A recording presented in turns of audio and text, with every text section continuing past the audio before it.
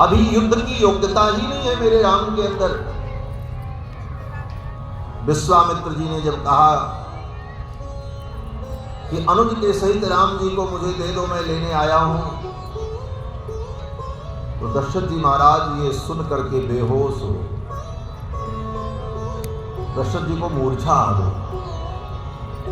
महर्षि वाल्मीकि कहते हैं कि जब मूर्छा आ गई,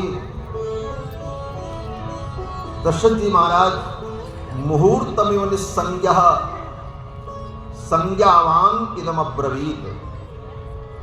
एक मुहूर्त तक दशरथ जी महाराज निस्संज्ञ थे, संज्ञा शून्य हो गए। निस्संज्ञ का मतलब संज्ञा शून्य। क्यों बोले? तच्छ्रुत्वा राजशार्दूलो विश्वामित्रस्य भाषितम्। विश्वामित्र के भाषण को सुन करके दशरथ जी महाराज मुहूर्तमिव निस्संज्ञः, मुहूर्तमिव निस्संज्ञः, एक मुहूर्त तक, एक मुहूर्त माने 48 मिनट, 24 मिनट की एक घटी होती है और 2 घटी का एक मुहूर्त होता है। 48 मिनट तक दशरथ जी महाराज संज्ञा शून्य रहे, हलचल मच गई। सेवकों ने उनको संभाला और जब चेतना आई तो संज्ञावान इदम अब्रवीत। जब संज्ञावान हुए तो दशरथ जी महाराज क्या बोले? वाल्मीकि जी कहते हैं कि दशरथ जी ने कहा कि 19 वर्षों में रामो राजीव लोचनः। मेरे राम तो अभी 19 वर्ष के हैं। 19 वर्ष का मतलब अभी 16 वर्ष से कम। ऊन माने होता है कम, और ऊन में ही नी उपसर्ग लगा दिया जाता है तो शब्द बन जाता है न्यून। ये न्यून शब्द जो है ऊन से बना, नी उपसर्ग लगा दिया तो न्यून शब्द बनता। न्यून माने कम, ऊन का भी वही अर्थ है। इसीलिए 20 से कम हो तो उसको क्या कहते हैं? 19। जब संख्या की गणना करते तो क्या कहते हैं? 19। 19 माने 20 से कम, और 30 से कम हो बोले 29, 39, 49, 59, 69। ऊन का मतलब होता कम। 70 से कम है तो 69। 69 ही शब्द बिगड़ करके 69 हो गया हिंदी में बोलते बोलते। शब्द तो है 69 माने जो 70 से ऊन है माने कम है। दशरथ जी कहते हैं 19 वर्षों में मेरे राम तो अभी 16 वर्ष से भी कम है, और मेरे राम राजीव लोचन है। रामो राजीव लोचनः। मेरे राम राजीव लोचन है। मेरे राम के नेत्र कमल के समान है, ये राजीव नहीं है। कल कथा में मैंने निवेदन किया था, राजीव लोचन पुंडरीकाक्ष कमल नयन, ये भगवान के लिए ही शब्द प्रयुक्त होता है। कमल के समान जिनके नेत्र हैं राजीव लोचन, और कमल के समान कहने का भाव जैसे कमल में कोमलता होती है उसी तरह मेरे राम के नेत्रों में कोमलता है।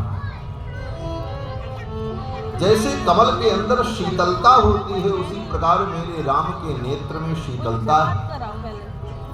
जैसे कमल के अंदर अरुणिमा होती है उसी प्रकार मेरे राम के नेत्रों में अरुणिमा है। जिस प्रकार कमल में सुगंधि होती है उसी प्रकार मेरे रघुनंदन के नेत्रों में सुगंधि है। यद्यपि नेत्र में किसी के सुगंध नहीं होती, लेकिन ठाकुर के नेत्र तो कमल के समान है, इसलिए ठाकुर के नेत्र में भी सुगंध है। जैसे कमल में गंध है उसी प्रकार ठाकुर के नेत्रों में भी सुगंध है। और जैसे कमल सूर्यास्त होते ही बंद हो जाता है और सूर्योदय होने पर खिलता है। और जितने पुष्प होते हैं एक बार खिलते हैं बस,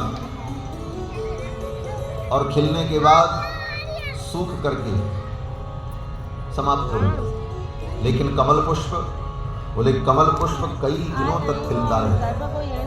सूर्योदय से, सूर्य के प्रकाश से खिलता है और शाम को सूर्यास्त जब हुआ तो कमल बंद हो जाता है। रात भर वो संपुटित रहता है। प्रातः काल फिर सूर्योदय होता है तो फिर खिल जाता है। अर्थात जैसे कमल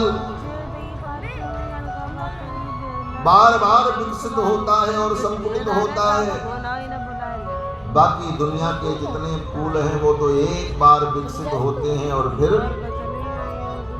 विनष्ट हो जाते हैं। भगवान के नेत्र इसी प्रकार हैं जो विकसित होते हैं और संपुटित होते हैं। और दशरथ जी का कहने का भाव